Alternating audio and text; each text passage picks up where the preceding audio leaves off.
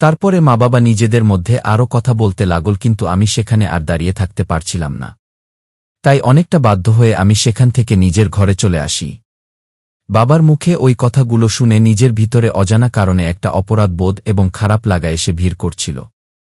যদি আর কিছু সময় সেখানে থাকতাম তাহলে হয়তো সেখানে দাঁড়িয়ে কান্না করে দিতাম। তাই কান্না করার আগে ঘরে চলে আসলাম। সেই সাথে সিদ্ধান্ত নিলাম আগামীকাল আমার যে ইন্টারভিউ আছে সেই ইন্টারভিউতে যেভাবেই হোক ভালো করে চাকরিটা নিজের করে নিতে হবে। এইসব ভেবে সেই দিনের মতো ঘুমিয়ে পড়লাম এবং পরের দিন সকালে যথারীতি তৈরি হয়ে মায়ের আশীর্বাদ নিয়ে অফিসের উদ্দেশ্যে বের হয়ে গেলাম। কিন্তু রাস্তায় নেমে বিপত্তিতে পড়ে গেলাম, কারণ কোথাও কোনো রিকশা পাচ্ছিলাম না। এইদিকে ইন্টারভিউর জন্য দেরি হয়ে যাচ্ছিল। তাই অনেকটা বাধ্য হয়ে আমি অফিসের দিকে হেঁটে যেতে লাগলাম, আর এই হেঁটে যাওয়া আমার জীবনে কাল হয়ে গেল। কারণ তারপরে আমার সাথে এমন কিছু ঘটল যার কারণে আজকে আমাকে এত বড় অপমানের সম্মুখীন হতে হলো। সে না হয় হলো, আর আমি যে বলছি এখন কাজটা একটু কম করে করতে, কিন্তু তুমি তো শুনছ না। এখন কিছুদিন বিশ্রাম নিলে কি এমন হয় বলো তো? সেটাই জানি, হোক। ঠিক আছে মা। তারপর আমি মায়ের কথা মতো আমার ঘরে হাত পা ধুতে চলে গেলাম। এমনি একদিন রাতে আমি মা বাবার ঘরের পাশ দিয়ে নিজের ঘরের দিকে যাচ্ছিলাম। তখন শুনতে পেলাম বাবা মাকে জিজ্ঞাসা করছে, কি গো সাগর, কি বলল, ওর চাকরির কোনো খবর হলো বাবা? তাই বলে এত খাটাখাটনি করবে? এত কষ্ট করার ফলে তোমার শরীর যে দিন দিন অবনতি হচ্ছে সেই খেয়াল কি তোমার আছে? খুঁজি তো মা, কিন্তু না পেলে আমি কি করব? আরে ওইসব কিছু না। আরে ওইসব কিছু না? তখন তো আমাদের সবাইকে না খেয়ে মরতে হবে। নিশ্চুপ। আমি এখনই যদি বিশ্রাম নিতে থাকি তাহলে সংসারের কি হবে একবার ভেবে দেখেছ? ঘরে এত বড় ছেলে বেকার বসে রয়েছে, চিন্তা কিভাবে না করি বলো তো? তুমি একবার নিজের দিকে তাকিয়ে দেখেছ? চিন্তা করতে করতে নিজের কি অবস্থা করেছ? না, এখনো নাকি কোথাও থেকে কেউ ডাকে নেই মা।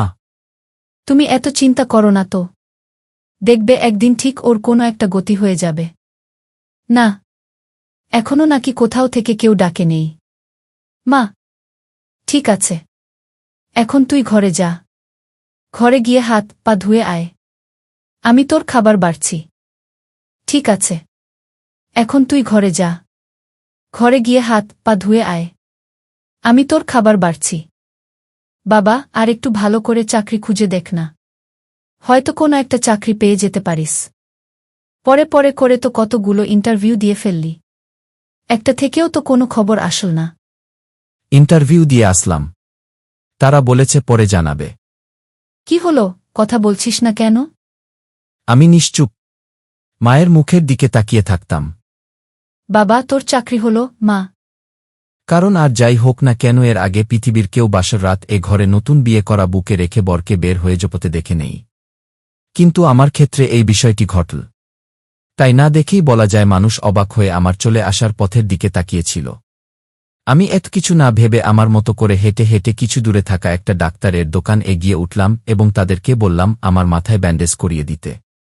আমার কথা অনুসারে তারা আমার মাথা ব্যান্ডেজ করে দিতে লাগল আর মুখে হাসি এনে আমাকে বলতে লাগল, কি ভাই, মাথায় এত ব্যথা কি করে পেলেন দোকান এর ছেলে? এই তো ভাই কিছু একটার সাথে বাড়ি খেয়েছি, তাই মাথা ফেটে গিয়েছে। আমি মুখে যথেষ্ট হাসি এনে, আপনাকে দেখে তো মনে হচ্ছে বিয়ে বাড়ি থেকে এসেছেন, তা বৌদি কি মেরে কপাল ফাটিয়ে দিয়েছে নাকি? কথাটা শেষ করে ছেলেটি একটু শব্দ করে হাসতে লাগল আর আমি চুপ করে বসে রইলাম। কিছু সময় পরে ছেলেটি হাসি থামিয়ে দিয়ে বলে উঠল, সরি ভাইয়া, কিছু মনে করিয়েন না, আমি আসলে আপনার সাথে একটু ফাজলামি করছিলাম। না না, আমি কোনো কিছু মনে করি নেই, আর আমি বুঝতে পেরেছি আপনি আমার সাথে ফাজলামি করছেন। তারপর ছেলেটির সাথে টুকটাক কথা বলতে লাগলাম।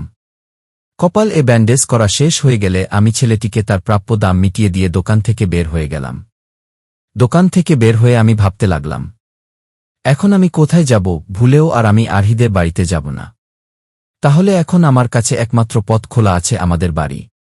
আমি কি সেখানে চলে যাব? হ্যাঁ, সেখানেই চলে যাই। এইসব মনে মনে ভেবে আমি বাড়ির দিকে হাঁটতে লাগলাম।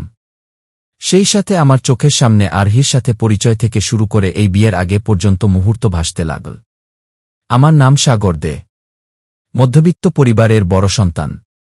আমার পরে আমার এক ছোট বোন আছে। ছোট বলতে সে ততটা ছোট না। সে এখন ৮ম শ্রেণীতে পড়ে আর তার নাম নিধি। আমার বাবার স্বপ্ন ছিল আমি পড়ালেখা করে বড় কিছু হবে, পরিবারের হাল ধরব। তাই তো আমার বাবার কাছে যে টাকা ছিল প্রায় সবটা আমার পড়ালেখার পিছনে লাগিয়ে দিয়েছে। পড়ালেখা শেষ করে আমি চাকরির পিছনে ছুটতে শুরু করে দেই। ততদিনে আমার বাবার সব টাকা প্রায় শেষ বললে চলে। তাই নিজের জন্য সেই সময় আমার যতটা না চাকরির প্রয়োজন ছিল আমার পরিবারের জন্য তার চেয়ে বেশি চাকরির প্রয়োজন ছিল। কিন্তু এত মানুষ এর ভিড়ে আমার চাকরি হওয়ার কোনো নাম গন্ধ পাওয়া যাচ্ছিল না। প্রতিদিনের ন্যায় আমি চাকরির ইন্টারভিউ দিয়ে বাড়িতে আসার পরে মা আমার সামনে এসে দাঁড়াত আর বলে উঠত, না আসলে আমি কি করব মা, তুমি তো জানো আমাদের মতো মানুষের জন্য একটা চাকরি পাওয়া মানে সোনার হরিণ পাওয়া। এখানে মামা চাচা না থাকলে চাকরি পাওয়া যায় না। অনেকটা খারাপ লাগা ও বিরক্তি সুরে